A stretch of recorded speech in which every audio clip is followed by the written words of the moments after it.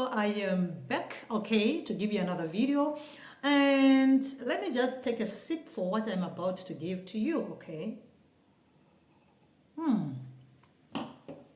Man, we are going straight into the social scene, of course. We are still talking about the roar of the year, all right? The year is ending.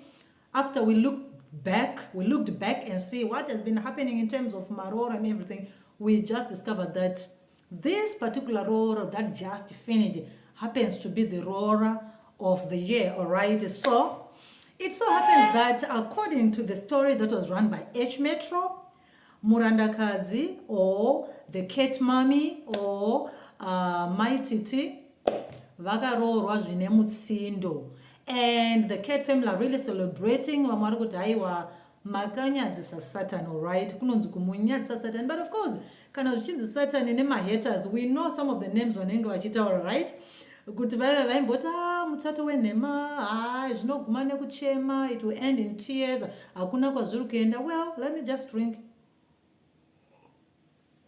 It actually went straight into Maroro, right?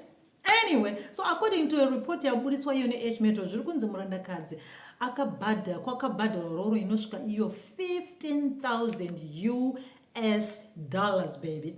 Hanzi kukatengwa hembe dzemaroro dzakasvika $1,500, kukatengwa grocery rakaita iro $1,000. And of course zviri kunzi rusambo ranga rakatagiwa pa $18,000, but tina chakabhadhara yakabhadhara, saka imwe hanzi akati achazouya kuzobhadhara. I'm telling you guys, this is a budget, all right? This is a budget of a ministry. Okay, some sort of a ministry, right?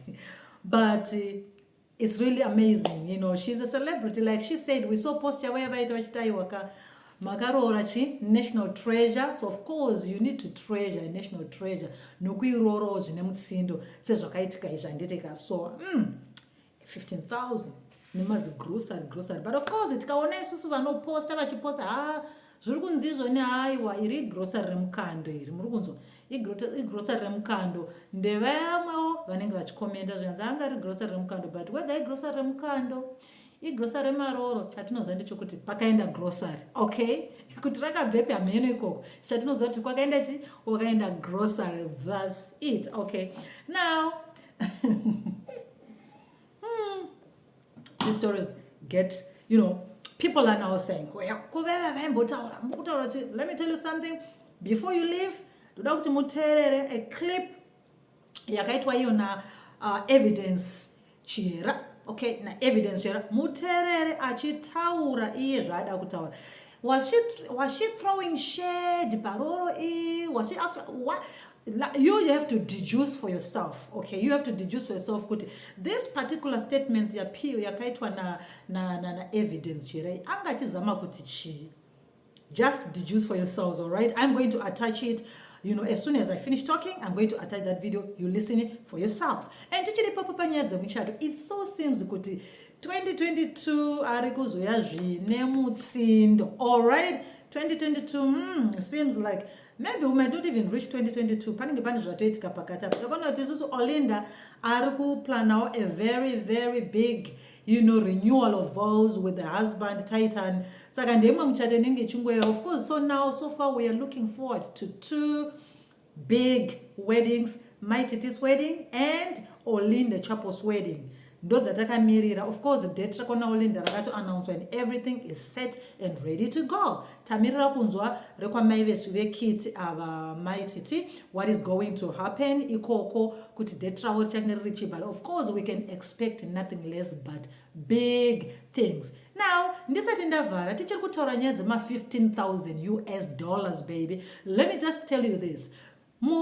Pane report iri kuti iyo Mary Mubayiwa Chiwenga pa court case yake iri kuitika iyi angatenga iye ma wedding rings anosvika iyo $15,000 baby. Yes, my wedding rings $15,000. Emuchato uri kunziwo uri kuallegedwa kuti it was a forgery. Iyoyo historia ndichazokupai next time. But for now, let's just listen kuti evidence chiera angachizama maififi vakaita kariba mheno kuti ainzi rora wedding hameno pamwe chete, kuti kana zvakasanganiswa pachirungu zvinodeedzwa zvichiti chii, sisi vangu vakanowanikwa. Sisi vangu vawanikwa, vakawanikwa bva vachata here, kana kuti kunenge kunga kungori kuwanikwa chete, because kuuk kwakanzi kwawanikwa, kunoku vakati vawanikwa futi nekuchata at the same time. You understand?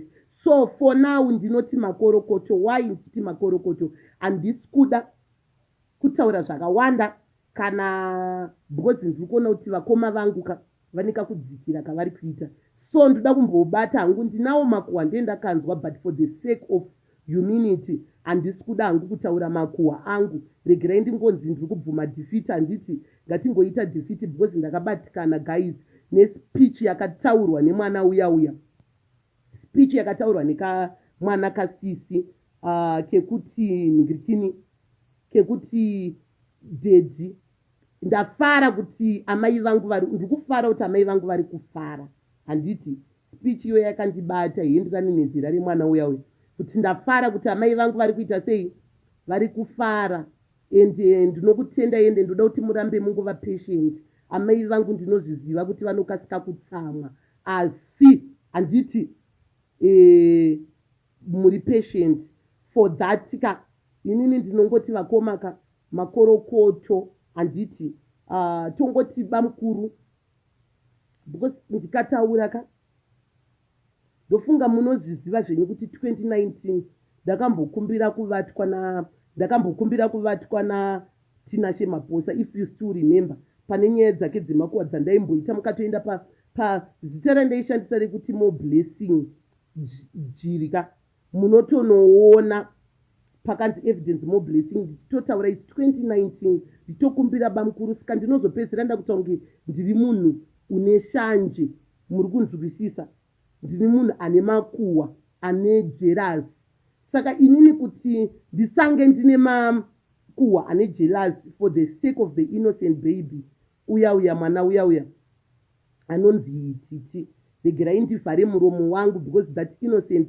Saka ndakazotoona kuti saka mamwe makuhwa for this moment mwana ari kufara.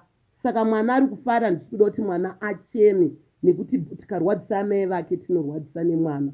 Saka for now tinongoti hameno kuti ndingati makorokoto muchato wedding, kana kuti because vakawanikwa, tikanzwa kuti vakawanikwa, plus tongoti futi makorokoto vasati vawanikwa last week, vakoma vakatengesa mota kuti pamwe varoda kuita top up kuti vatengere mwana mota yakakura. Last week havo vakoma vangu vakatengesa mota yemwana vakatenga last month kuti vatengese vazotengera mwana pamwe. Ndo mafungiro angu kuti vada kuzomutengera kana range kana mota dzepadenga. Saka ipapo futi ndinongoti makorokoto futi tosanganisa kuti makorokoto ekuwanikwa, makorokoto ekuchata, makorokoto ekutengesa mota uchinotenga yekuti ugozotenga ihombe. Izvozvo zvinokudzwa vasikana, zvinokudzwa, zvinhu zvakanaka zvisingaite zvandinotosuwirawo.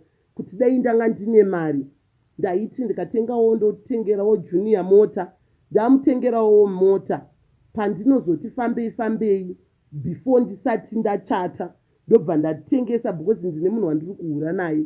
Pamwe tinozosvikawo pastage yekuda kuchata, ndinobva ndatengesa ndinobva ndazotengesa mota, kuitira kuti ndikapedza hangu kuchata ndinobva ndazoita sei, ndozotengera mwana wangu pamwe iri padenga payo.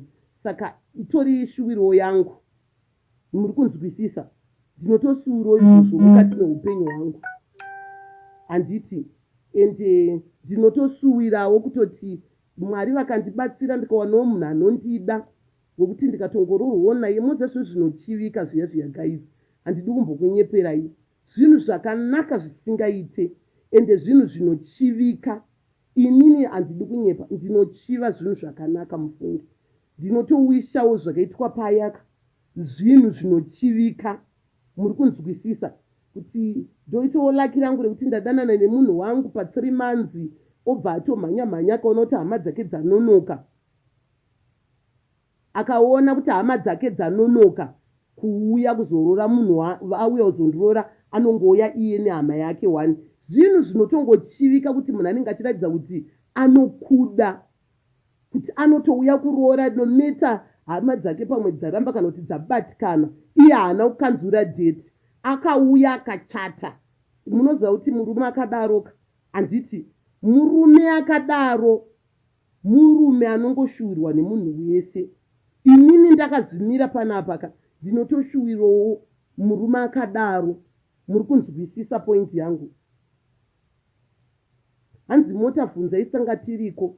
Alright, kana inge iriko aiwa ko ndaitaura zvakaipa here? Kasi ndataura zvakaipa? Aya makuhwa aya. Makuhwa ndichingozongowedzerawo tumunyu tusouti. Ndiri kutongoitawo makuhwa. Asi ameno kana wakutorwa hako makuhwa angu kuaisa mupfungwa dzako kana kuti dai mbozi makutonditi heye ndinorwadziwa. Aiyewa, handirwadziwe ini vanhu vaMwari.